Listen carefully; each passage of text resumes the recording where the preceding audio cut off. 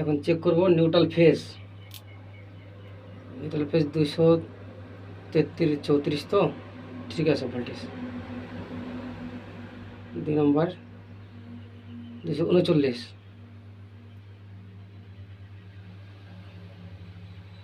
3 নম্বর 41। তাহলে এখন হিসাবে ভোল্টেজ ঠিক আছে, তো অসুবিধা হবে না, আইসি বলা জিনিস অসুবিধা হবে না। আচ্ছা, এবার দেখব ফেস টু ফেস। 1 নম্বর আর 2 নম্বর দিচ্ছি। এদিকে তো ভোল্টেজ একটু কম দেখাচ্ছে, কত দেখাচ্ছে 408 9, এদিকেও কম দেখাচ্ছে 410 418।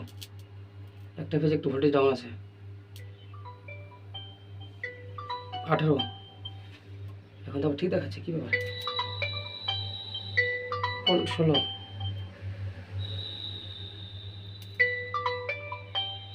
17।